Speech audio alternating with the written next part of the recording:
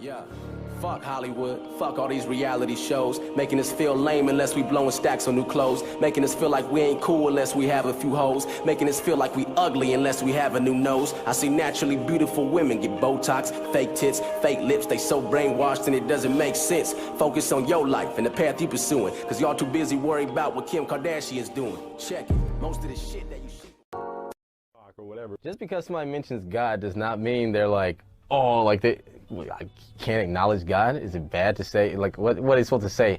Satan on the track? So should he go, I pray Satan? Like, what are they expecting?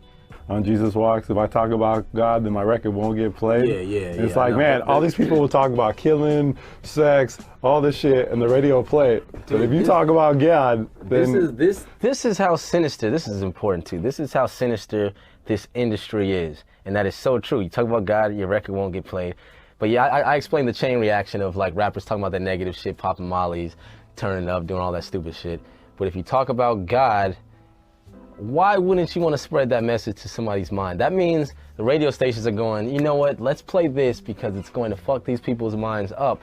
And it's going to cause them to do more fucked up shit, which puts them in a lower position. So it gives them more of a chance to not be like the people who are successful. And it's like, why would they want to do that to society? That's fucked up. And that's even like, I feel like if a radio station goes, we're not gonna play that because it's gospel. So a rapper can go, I'm turning up, I'm smoking, I'm drinking, I'm doing this, I'm fucking in the club, doing whatever. They can say that, but you can't say God, you can't talk about God. Like, that sounds like Satan to me. It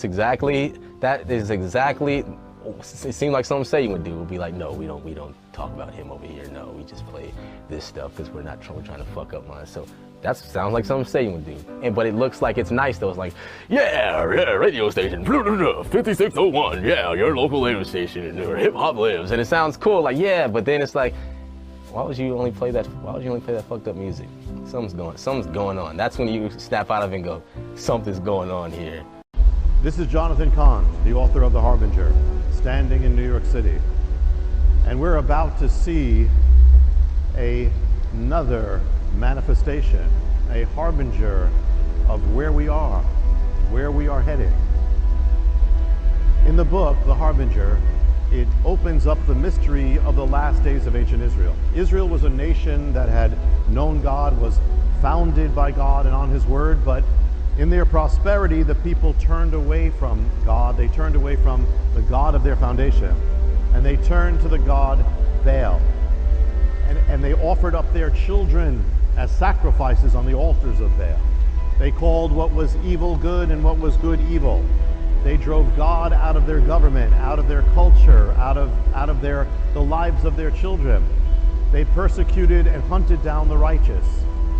And they did this all as they worshiped Baal. And the Harbinger reveals the 9 signs or harbingers that appeared in the last days of ancient Israel, and that those same signs, harbingers, are now appearing on American soil. Some of them, many of them, right here in New York City, some in Washington, D.C., but here we are in the city of most of the harbingers, starting with 9/11 and the attack on America. Now, one of the things about the template of the Harbinger is that when the first warnings came, when the warning came to ancient Israel, they ignored them and they got even worse. They departed even more brazenly against the ways of God. They made the vow, the declaration that Isaiah recorded, Isaiah 9:10, the bricks have fallen, but we will rebuild with hewn stone. The sycamores have been cut down, but we will plant cedars in their place. So they're saying we're going to get worse. We're gonna come back greater, but without you, God. So spiritually, they were going to descend even worse and worse and worse. And that's exactly the template that we are seeing in America. Since 9/11, we have followed the template of ancient Israel, not only with the Harbingers appearing, but with increasing defiance, increasing the calling of evil good and good evil, increasing in every way immorality.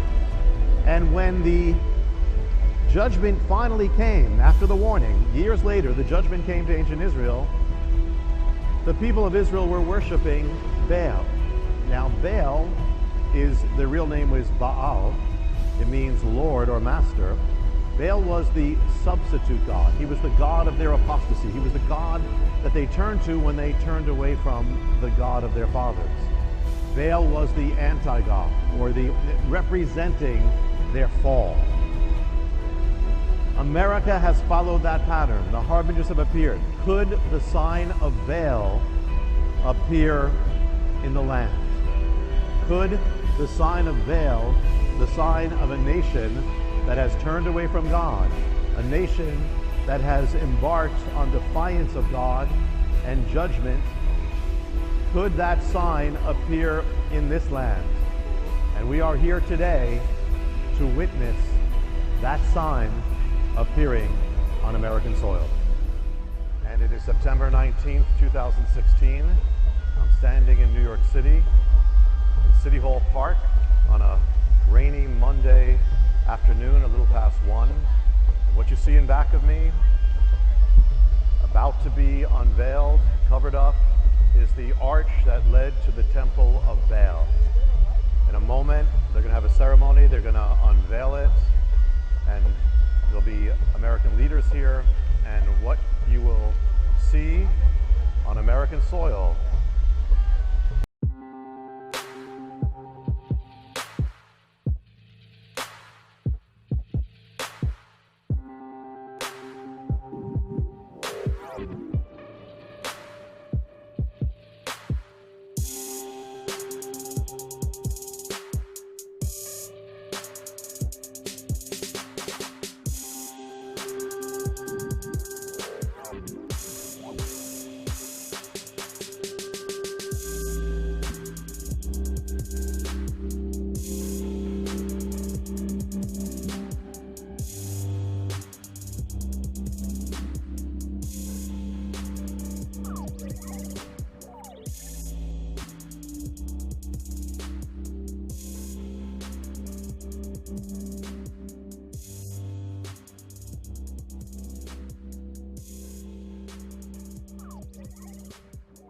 For over 100 years, Skull and Bones members have included a president, vice presidents, Supreme Court justices, congressmen and senators, captains of science and industry, the very best of America.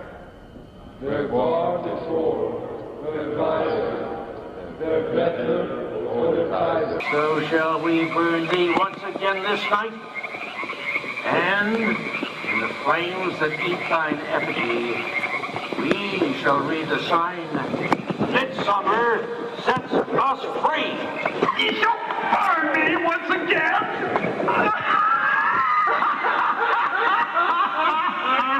Not with these flames. Summer sets us free.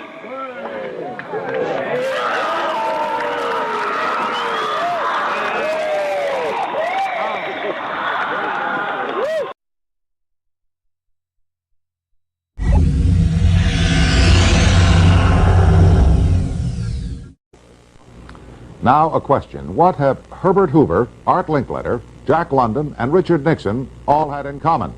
Well, they've all been members of the exclusive all-male Bohemian Club in California, where every year at this time the elite from around the country get together for 2.5 weeks of fun and games. Steve Shepard has this special assignment report. More than 2,000 members of San Francisco's exclusive and all-male Bohemian Club have once again descended on Northern California. These men will spend most of the month of July encamped on some 2,700 acres of pristine and privately owned redwood forest. Forest very much like this.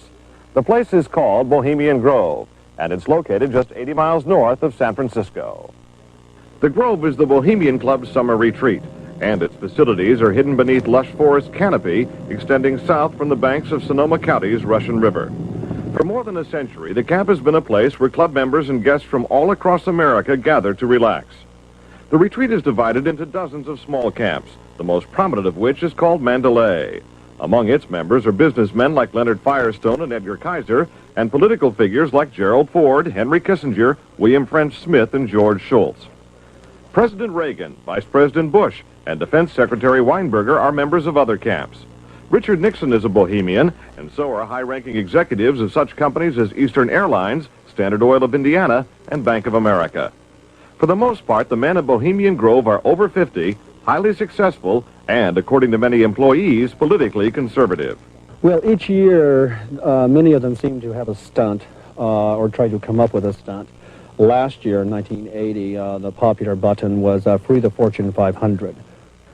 Membership in the Grove is by invitation only and is determined by such factors as social standing, occupation, and personal connections.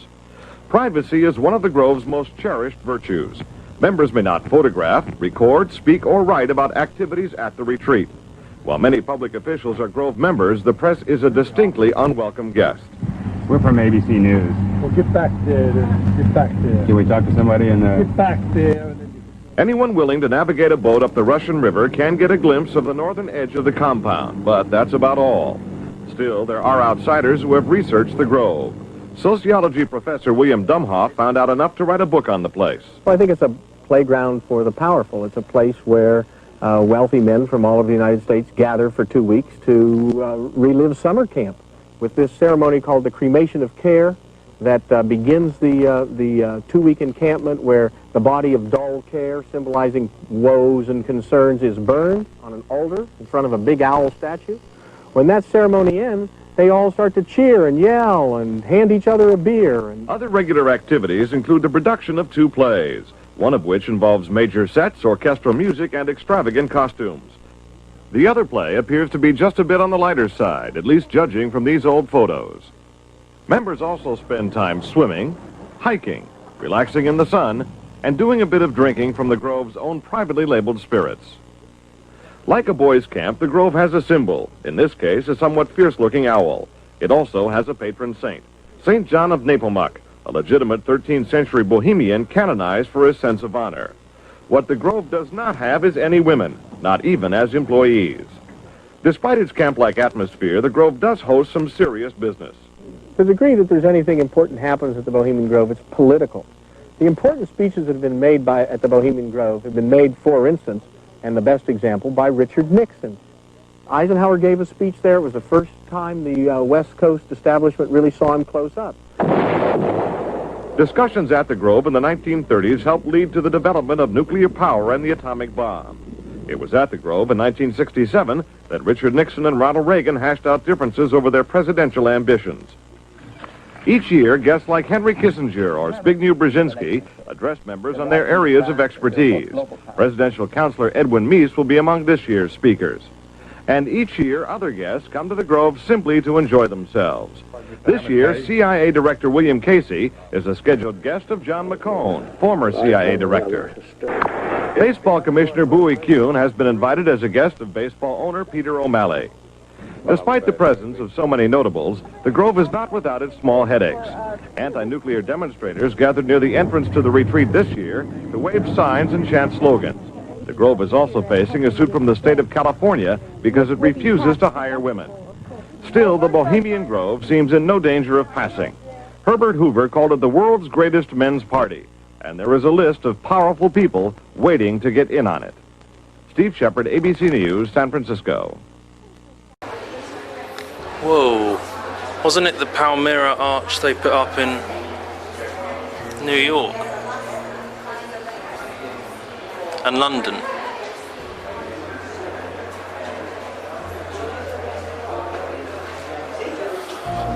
Nimrod. Rising from destruction. Well, there you go. Nimrod rising from destruction, Palmyra Arch.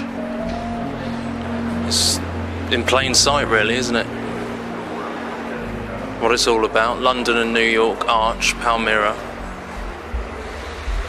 I gave a phone call to the Institute for Digital Archaeology, and they assured me that this arch is nothing to do with Baal, that they actually changed those plans because of the backlash of the public. So instead that they were going to now be building the Ark of Triumph, which is actually a Roman human achievement and nothing to do with pagan deities or Mesopotamia. But listen to this news report. This is how Palmyra looked as ISIL took control the Triumphal Arch before the group destroyed it. Today, the 2,000-year-old arch from the Temple of Baal looks like this. Year-old arch from the Temple of Baal looks like this. It is not the Temple of Baal. So the news are just blatantly coming out with it from the Temple of Baal. My friends, this is very, very sinister. The Triumphal Arch of Palmyra is only about 50 yards away from the Temple of Baal. It has been floodlit, bright red. Today is the Feast of Moloch, the first day of the blood sacrifice to the beast. This date around the time of Passover on April the 22nd, and then to illuminate it blood red in Trafalgar Square for 3 days and 3 nights, as well as, may I add, right in the position in Trafalgar Square where they had a massive performance at Easter. They had the crucifixion played out right in the position in Trafalgar Square where now, as Pastor D is showing, that they've built this archway for 3 days and 3 nights that's been illuminated blood red around the time of Passover. Today, the 2,000-year-old arch from the Temple of Baal.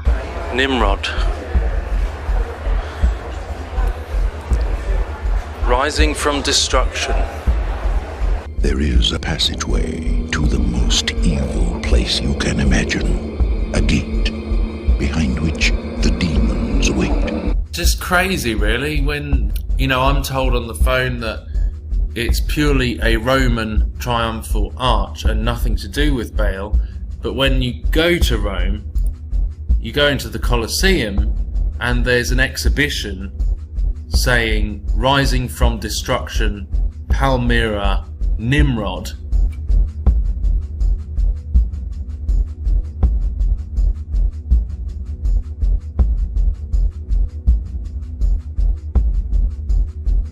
I honestly do believe, as scientists and archaeologists, their primary interest is in recreating things that have been destroyed because of the history of it and the archaeology, the architecture, and obviously they don't have an understanding of the biblical meaning and spiritual meaning of this, and also the times that we live in. So as for the scientists, I tend to believe that those from the Institute of Digital Archaeology do not realise that perhaps they are being used in a greater scheme of things. But at the end of the day, we know that our battle is not against flesh and blood. But I have to say, this is all very strange. And this is the great trick, you know, this is very well could be how it all plays out, especially to begin with. You know, that Christians are seen as weak, that those who humble themselves are seen as weak, those that aren't going to join that agenda, they're seen as weak because the New Age is going to want to get rid of them. There's even quotations about that somehow we're holding it all back. And so the ones that don't follow the pride of this will be seen as the weak ones that need to be hunted. So hunt or be hunted. Join with the beast or be hunted.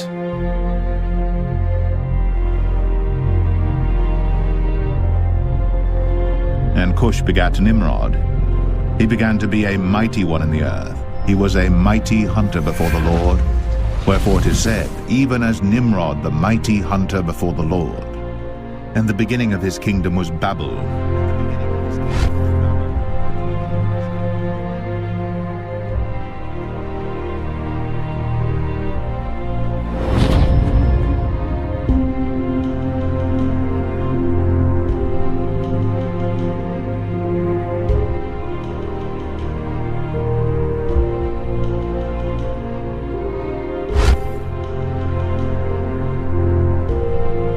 The beginning of his kingdom was Babel.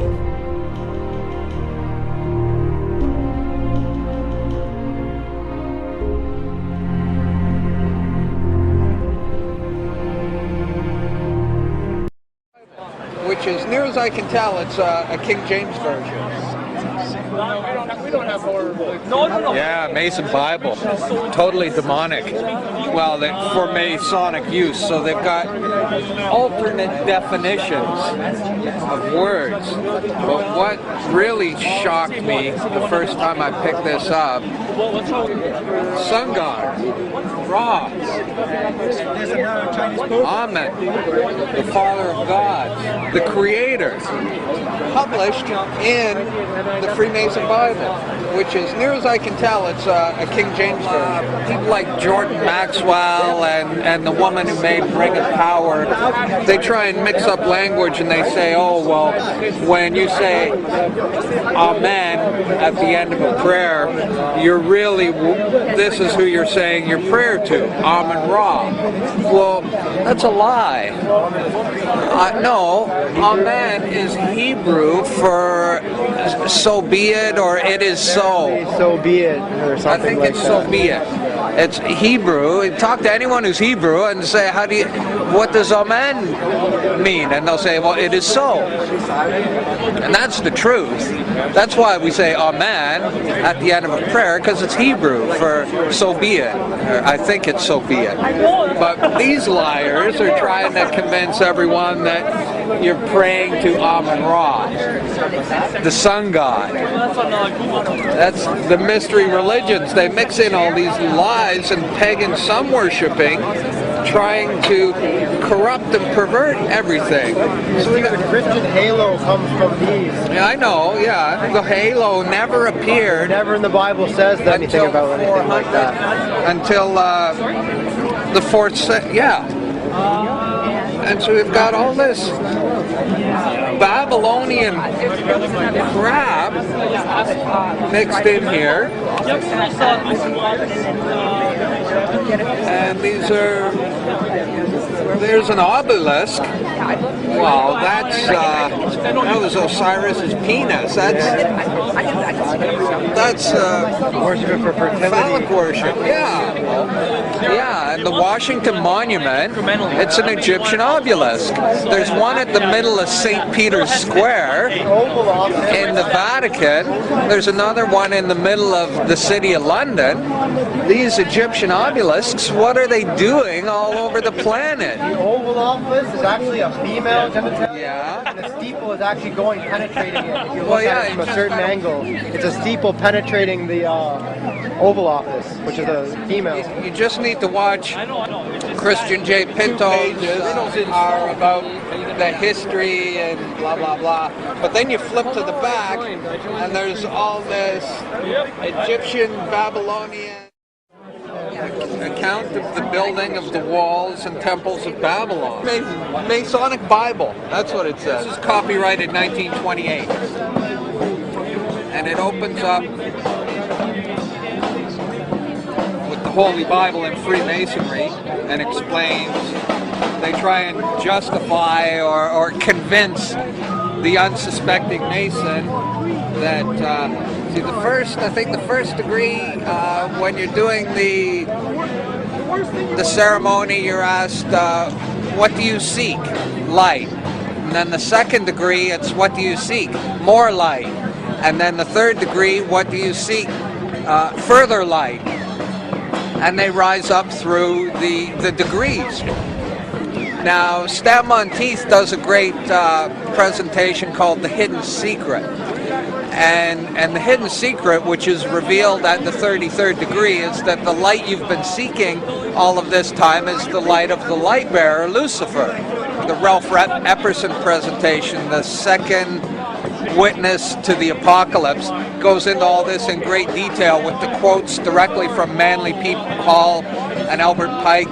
It explains how all Masons swear an oath to destroy Christianity at all costs, regardless of whether you have to murder, lie, steal, doesn't matter. Everything is justified. Here we get into page 7, and they're explaining how the Bible became a great light.